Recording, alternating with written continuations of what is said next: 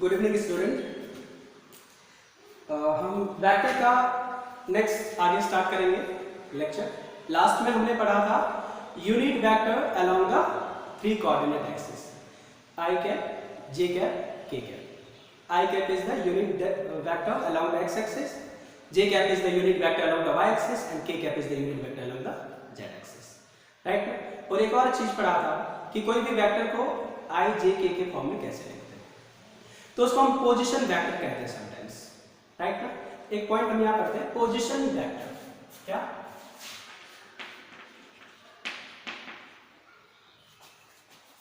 Position vector. Position vector की जब भी बात करते हैं ना, तो पोजीशन वेक्टर किसी भी पॉइंट का होता है। राइट ना। पोजीशन वेक्टर किसी भी पॉइंट का होता है। ओके। कहां से, किसी भी पॉइंट को ऑरिजिन से मिलाने वाली जो वेक्टर होती है ना, उसको हम कहते हैं पोजीशन वेक्टर। ओके। जैसे सपोज करो ये ऑरिजिन है, राइट, ये ऑरिजिन है, हम ड्रॉ ही कर लेते हैं। ये एक्स एक्सिस है, ये वाई एक्सिस है, ये जेड एक्सिस है। एक पॉइंट यहां पे है P, ये पॉइंट है ऑरिजिन से, ये ऑरिजिन है, ऑरिजिन से अगर हम किसी भी लाइन को यहां तक मिला देंगे एक वेक्टर बनाएगा। हम इसको समटाइम्स OP वेक्टर या सिंपली P वेक्टर कहते हैं। And this P vector is position vector of point P। This P vector is the position vector of point P। तो पोजीशन वेक्टर से हम क्या समझते हैं, when a vector is formed by joining the line from the point to the origin, the vector form is called position vector। Right ना।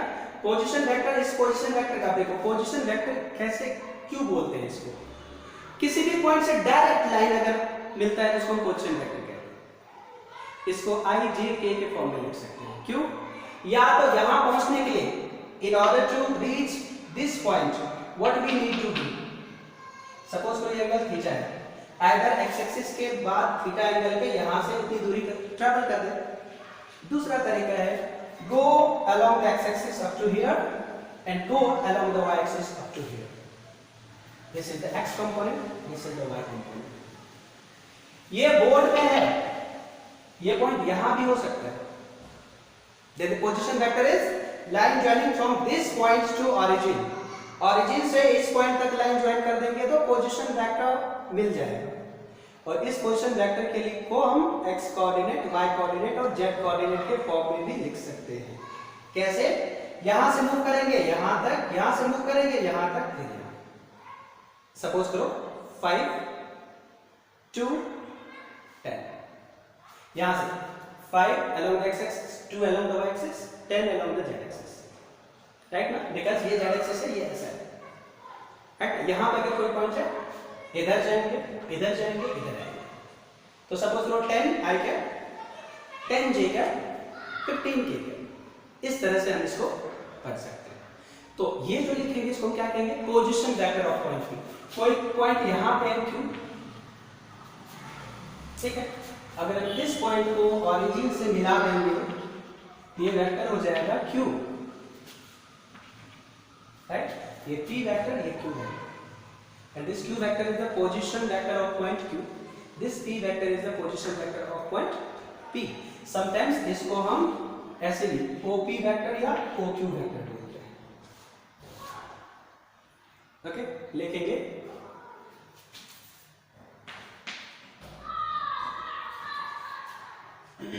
the vector form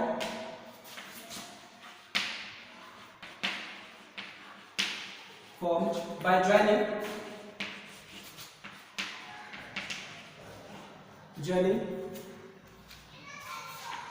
a point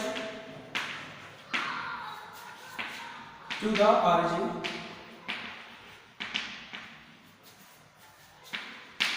is called position vector of that point।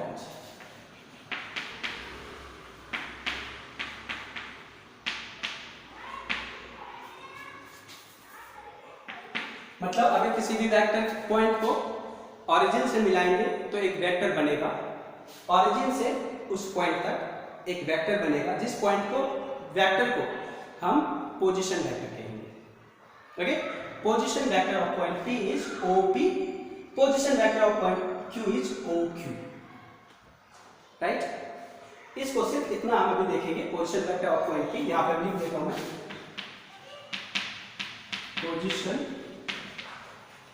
Vector of point P क्या हो जाएगा, OP and position vector of point Q is OQ vector, right.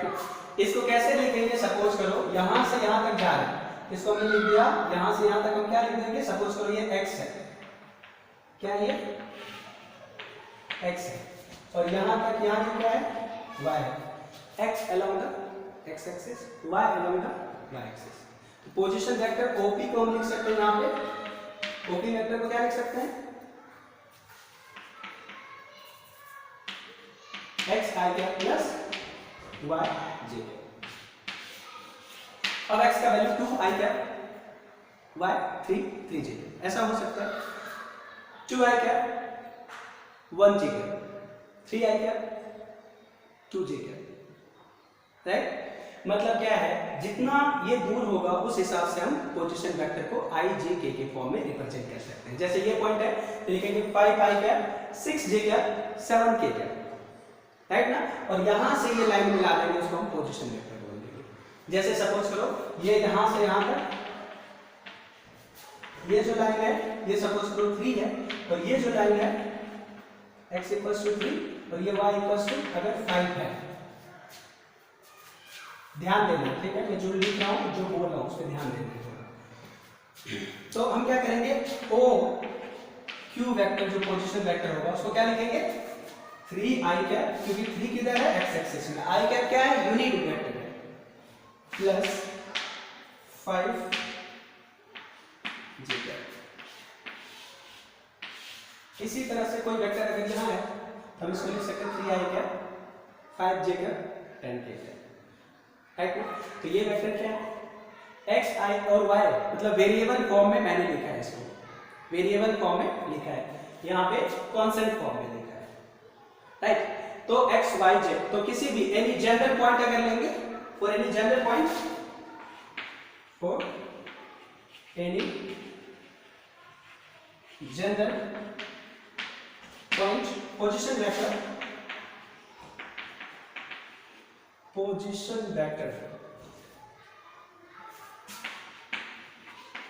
Vector is क्या लिखेंगे, जैसे suppose करो OA vector हम लिख देते हैं, क्या हो जाएगा, x I का प्लस y j का प्लस z, ठीक है। इसको हम रिजोल्यूशन ऑफ वेक्टर में और भी अच्छे से पढ़ेंगे, और इसको अगर आप अच्छे से थोड़ा समझ रहे हो तो वहां पे और ज्यादा समझ आएगा, उसके बाद न्यूमेरिकल हम बहुत अच्छे से कर पाएंगे। ओके, तो एक बार इसको रिवीजन करना है, go through the all video in sequence, right ना, फर्स्ट सेकंड थर्ड ऐसे देखो, तभी समझ आएगा, अदरवाइज डिफिकल्टी होगी। ओके,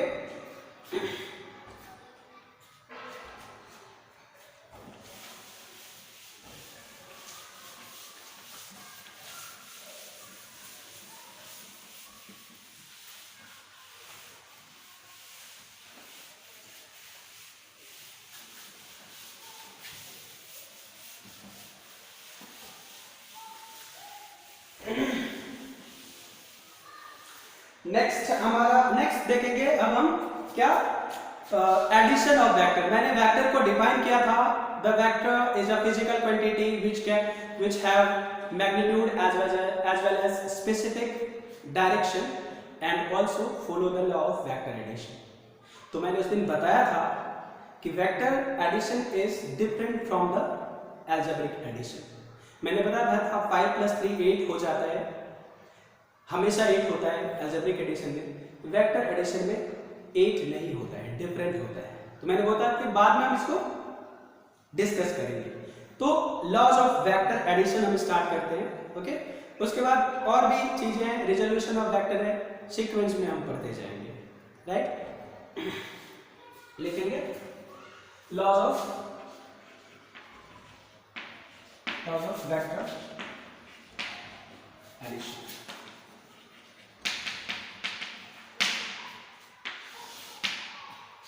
राइट ना, वेक्टर एडिशन। अब क्या है कि वेक्टर को हम सिंपल ऐड नहीं कर सकते हैं, वेक्टर ऐड करने के 3 अलग अलग डिफरेंट रूल्स हैं। वेक्टर हम लिखेंगे vector can not be added according to the simple law of addition, it means algebraic addition. The law which correctly add the vectors is called vector law of vector addition, okay। तो law of vector addition 3 तरह के होते हैं। First हम इसको लिखेंगे law of vector addition में भी of 3 types, first, second, third. लिखेंगे triangle law of vector addition, यहां पे पैरेललोग्राम लॉ ऑफ वेक्टर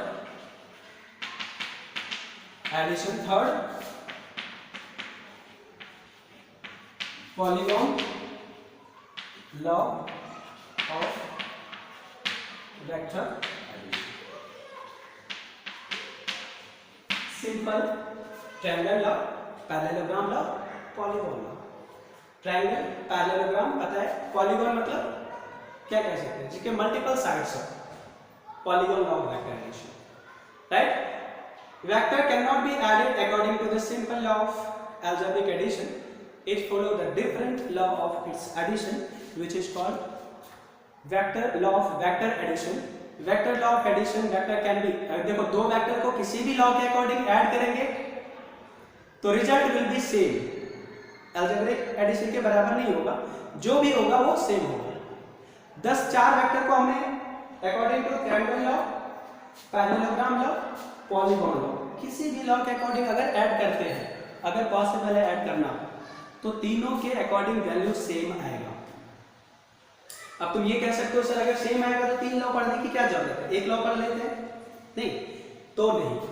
कुछ क्वेश्चंस प्रॉब्लम जो होते हैं वो triangle law of vector addition से आसान होता है, कुछ पैरेललोग्राम लॉ से आसान होता है, कुछ पॉलीगॉन लॉ को हम सॉल्व करेंगे तो बहुत सारे वेक्टर को मिनट में सॉल्व कर देंगे, सेकंड में सॉल्व कर देंगे। इसलिए तीनों जरूरी है थोड़ा डीप अंडरस्टैंडिंग के लिए, राइट। एक और तरीका है, हम जैसे पोजीशन वेक्टर पढ़ा तो वो अलग तरीके का एडिशन, वो डायरेक्ट ऐड कर सकते हैं या फिर रिजोल्यूशन के साथ ऐड करेंगे, राइट। तो हम यही mainly triangle law, parallelogram law and polygon law of vector addition पढ़ेंगे।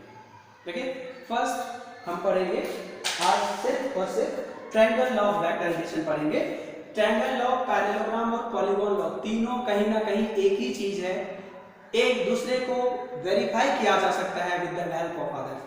इससे इसको और इससे इसको वेरीफाई किया जा सकता है, राइट ना। डिफाइन करने के लिए डिफरेंट है, ये दोनों तो एग्जैक्टली सेम है, ओके। हम भी देखते हैं,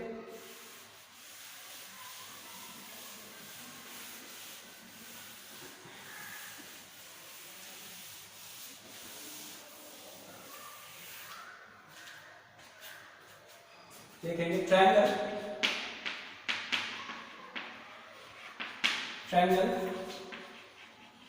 लॉ ऑफ वेक्टर एडिशन।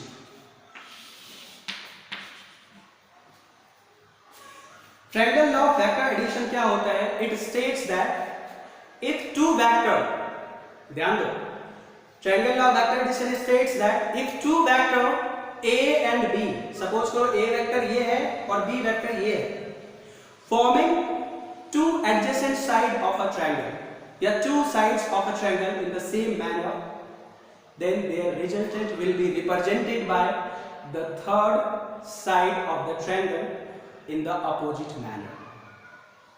देखते हैं कैसा क्या बोला मैंने। अगर दो वेक्टर A वेक्टर और B वेक्टर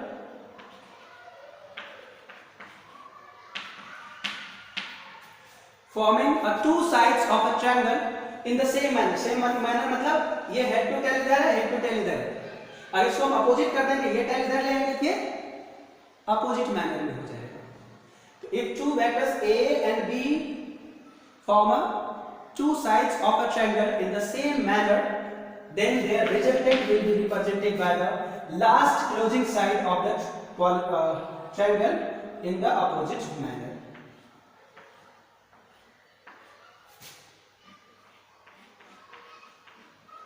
ये देखो, ये एक वेक्टर है, दूसरा वेक्टर ये है और तीसरा वेक्टर, इन दो वेक्टर का रिजल्टेंट क्या है, ये होगा। इसको हम रिजल्टेंट वेक्टर कहते हैं, आर से रिप्रेजेंट कर देते हैं इसको। क्या करेंगे, आर से रिप्रेजेंट करेंगे। और ये आर वेक्टर किसके बराबर है, ए वेक्टर प्लस बी वेक्टर के बराबर है। इन दोनों वेक्टर को अगर जोड़ते हैं तो ये वेक्टर मिलेगा। ध्यान रहे, ये देखो अपोजिट मैनर है, उल्टा मैंने बता दिया, सॉरी, ये सेम मैनर है। ये वेक्टर यहां से स्टार्ट हो जाएगा, तो ये अपोजिट मैनर ये है। This is the resultant vector, right.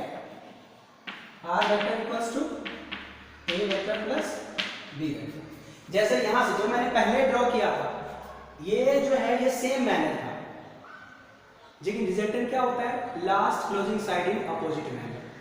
If two vector A and B representing two adjacent two sides of the triangle in the same manner, then their resultant will be represented by the third opposite side in opposite manner. देखो, इसका इधर है, इसका भी इधर है, इसका इधर नहीं है, अपोजिट है। जो हमने पहले मैंने ड्रॉ किया था, that will be in the same manner. This is in opposite manner. Okay? लिखेंगे। It states that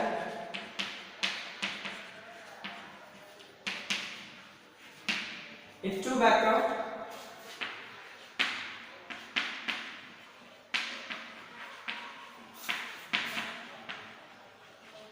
A and B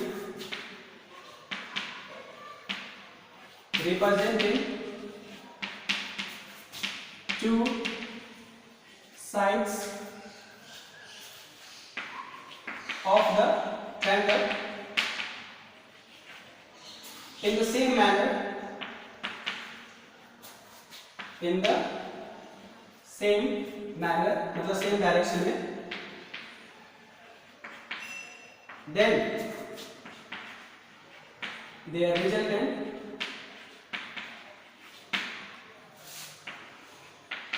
will be represented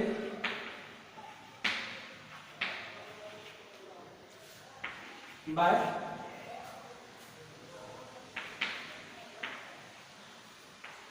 third side of the triangle in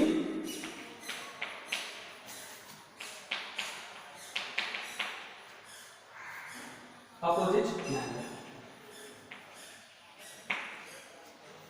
okay, A और B same manner में है और ये are जो है ए plus B, ये opposite manner में है। तो ए और बी का रिजल्टेंट, जिसको हम जोड़ कहते हैं, रिजल्ट कहते हैं, उसी को वेक्टर में हम रिजल्टेंट कहते हैं। ए वेक्टर और बी वेक्टर का रिजल्टेंट क्या है, आर वेक्टर।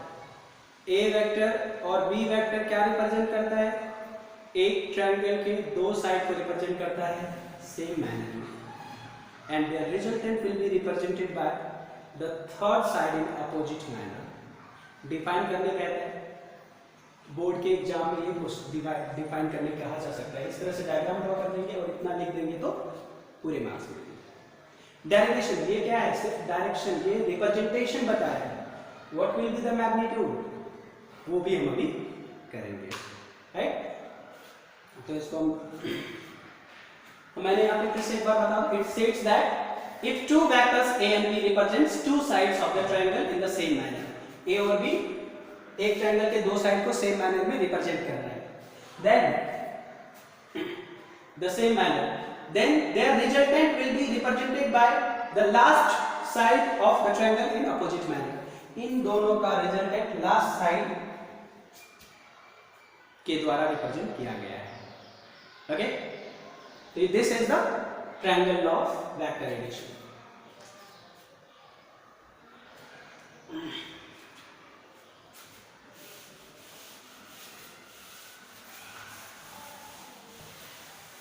फटाफट एक इसका डेरिवेशंस कर देते हैं.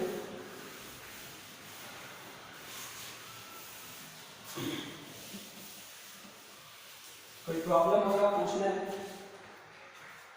जैसे हम क्या करते हैं, इसमें थोड़ा ट्रिगोनोमेट्रिकली हम इसको देखेंगे. फिर वही चीज हम लिख रहे हैं ए वेक्टर और ये हम लिख रहे हैं बी वेक्टर और हम ये लिख रहे हैं अपोजिट मैनर में. डायरेक्ट लिख देते हैं, इसको डायरेक्ट ड्रॉ कर देते हैं. This will be R. हम यहाँ पे आर वेक्टर बराबर क्या लिख देंगे, आर वेक्टर बराबर A vector plus B vector. Suppose करो आर वेक्टर का मैग्नीट्यूड 5, ए वेक्टर का मैग्नीट्यूड 5 है, बी वेक्टर का मैग्नीट्यूड 10 है. इट डजंट मीन कि आर वेक्टर की वैल्यू 15 हो जाएगी, अलग है. तो इसको हम क्या करेंगे, थोड़ा सा देखेंगे. अब यहां पर देखो, याद आया एंगल बिटवीन द वेक्टर्स, यहां पे उसका एप्लीकेशन है. जैसे यहां पे देखो, ये ए और बी के बीच का एंगल कितना है, ए का टेल है यहाँ पे, बी का टेल है यहाँ पे और ए का क्या है, हेड है. तो हेड और टेल एक जगह क्या करना पड़ेगा, टेल और टेल. इस वेक्टर को अगर एक्सटेंड कर देंगे, this will be the angle between the vector. A और बी के बीच का एंगल कितना है, थीटा है. फिर इसको यहां से ये ड्रॉ कर दिया. देखो लेंथ क्या है, ए को मैग्नीट्यूड कैसे रिप्रेजेंट करेंगे, ए. तो ये बी वेक्टर है, इसका ये लेंथ कितना है, बी है. If this one is B, length B है, because magnitude is represented by B. तो this length is B cos theta, B cos theta. Okay, और ये क्या हो जाएगा, बी sin थीटा. ये कहां से आया, तो ट्रिगोनोमेट्री से 10th में पढ़ा होगा. cos theta equals to base by hypotenuse और sin theta equals to cos theta equals to base by hypotenuse and sin theta equals to perpendicular by hypotenuse. तो इस ट्रायंगल से, ये ट्रायंगल देखते हैं, इस ट्रायंगल से अगर हम यहां ध्यान दें, मैं एक बार इसको थोड़ा सा बता रहा हूं cos थीटा कैसे आएगा. cos थीटा बराबर क्या लिखेंगे, दिस, हम इसको लिख देते हैं ओ, ये पॉइंट ए, सी, ये बी है, राइट ना. तो ये पॉइंट अगर ए सी लिख देंगे तो क्या लिख देंगे, A C base divided by hypotenuse divided by B. तो ए सी क्या हो जाएगा, B cos theta. This line will be cos theta. कैसे, cos थीटा, ये थीटा है, this is the right angle triangle. cos theta equals to base by hypotenuse. AC is base, AC equals to B cos theta. Next sin theta बराबर लिखेंगे, sin theta बराबर perpendicular by hypotenuse. Perpendicular को क्या लिखेंगे, CB divided by hypotenuse क्या है, B. तो CB क्या हो जाएगा, CB मतलब ये लेंथ, AC मतलब ये length, that is B sin theta. ये हम बाद में भी कंपोनेंट डिवीजन में पढ़ेंगे. कंपोनेंट डिवीजन नहीं पढ़ा तो हम देखेंगे कि एक वेक्टर को दो डायरेक्शन में रिजॉल्व कर सकते हैं. ओके, तो this is the b cos theta, this is b sin theta. Okay, अब हम क्या करेंगे, ये स्मॉल ट्रायंगल को छोड़ के बड़े वाले ट्रायंगल में देखेंगे. यहां से यहां तक इस ट्रायंगल में देखेंगे, राइट. इस ट्रायंगल में अगर देखेंगे तो यहां से ये डिस्टेंस क्या हो जाएगा, यहां से इसका लेंथ यहां से यहां तक क्या हो जाएगा, a. This length is b cos theta, this length is b sin theta. और ये r वेक्टर है, अगर यहां देखेंगे this one is r vector and its magnitude will be r. It means magnitude of r vector is the length of this line which is forming r vector. इस vector का जो length होगा वही magnitude of resultant होगा. r vector is having magnitude as well as direction. तो हम देखेंगे, ठीक है, देखेंगे. Consider consider two vector A and B making angle theta between them as shown in figure. Right? Then the magnitude of the resultant. Then the magnitude of the resultant vector.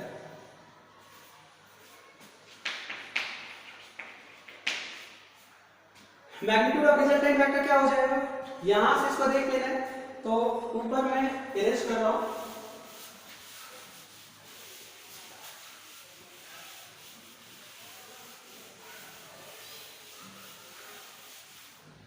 ये देखो इसको, ये बड़ा वाला ट्रायंगल में देखो, ये यहां से यहां तक base, this is hypotenuse, this is the sorry base perpendicular and hypotenuse.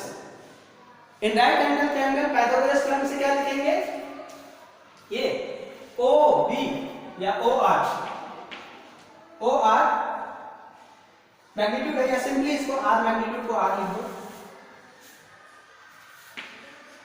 Are because this length is hypotenuse is R equals to this length base का स्क्वायर, मतलब क्या हो जाएगा a plus B cos theta का square plus B sine theta का a plus B cos theta क्या है, a plus B cos theta, this whole length base B sine theta perpendicular का स्क्वायर प्लस बेस का square का under root, that is hypotenuse. ये जो length मिलेगा, this length will be magnitude of the vector, r equals to लिखेंगे under root, इसको open कर देते हैं, a square plus B square plus 2b cos theta plus b square sin square. ध्यान दें सभी, कैसे आएगा, देखो a plus B cos theta, इसको a प्लस बी का होल स्क्वायर पे ओपन कर दिया, a स्क्वायर प्लस उल्टा थोड़ा सा यहाँ पे b स्क्वायर पे, b की जगह पे क्या है यहाँ पे b कॉस थीटा है, यहाँ पे क्या लिखेंगे a square plus b square cos square theta plus, कोई problem, a square plus b square cos square theta plus 2ab cos theta, a square plus b square plus 2ab b square sin square theta. अब यहाँ पे देखो इसमें b square है, इसमें भी b square है, कॉमन ले लेंगे तो हमें एक फार्मूला मिलेगा, देखते हैं क्या होता है, a square plus b square common bracket में cos square theta plus sin square theta plus 2ab cos theta, इसमें से b स्क्वायर कॉमन लिया, cos square theta plus sin square theta क्या होता है, 1 होता है, 10th में पढ़ा होगा, ठीक है, तो हम इसको क्या लिख देंगे, r इक्वल्स टू क्या लिखेंगे, a square plus b square plus 2ab cos theta. चलो r क्या है, ध्यान देना, r क्या है, r is the magnitude of resultant, a and b is the magnitude of a vector and b vector, theta is the angle between a vector and b vector.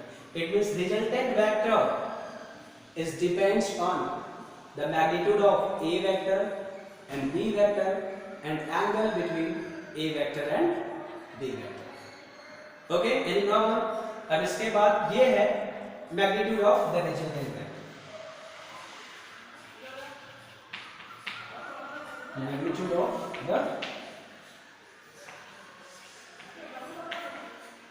resultant vector किस चीज पे depend करता है, magnitude of a पे, magnitude of b पे और angle between a and b vector पे depend करता है। ओके, अब हम एंगल लास्ट में इसका कितना मैक्सिमम होता है, मिनिमम होता है, स्पेशल केस और angle between the two vector हम नेक्स्ट क्लास में पढ़ेंगे। इतना तक रिवीजन करना है, इसमें कोई प्रॉब्लम होता है उसको एक बार खुद से ट्राई करना है, अगर और किसी प्रॉब्लम होता है तो हमें पूछना है। Okay, any problem? कोई प्रॉब्लम नहीं होगा, सारे बेसिक्स हैं, बस सीक्वेंस में वीडियो फॉलो करेंगे तब चीजों को समझेंगे। सिर्फ ए कब रिप्रेजेंट करते हैं, सिर्फ बी कब रिप्रेजेंट करते हैं, ए वेक्टर कब लिखते हैं, नहीं, ये मैग्नीट्यूड है ओनली, ये मैग्नीट्यूड है ओनली, आर वेक्टर मतलब कंप्लीट वेक्टर मैग्नीट्यूड और डायरेक्शन दोनों ही है। ओके, तो अभी हम क्लास को क्लोज करते हैं। नेक्स्ट क्लास में हम फिर यहाँ के बाद स्टार्ट करेंगे triangle law of vector addition के स्पेशल केसेस पढ़ेंगे, पैरेललोग्राम लॉ पढ़ेंगे, पॉलीगॉन लॉ पढ़ेंगे। Okay, for today, okay, today is finished, thank you.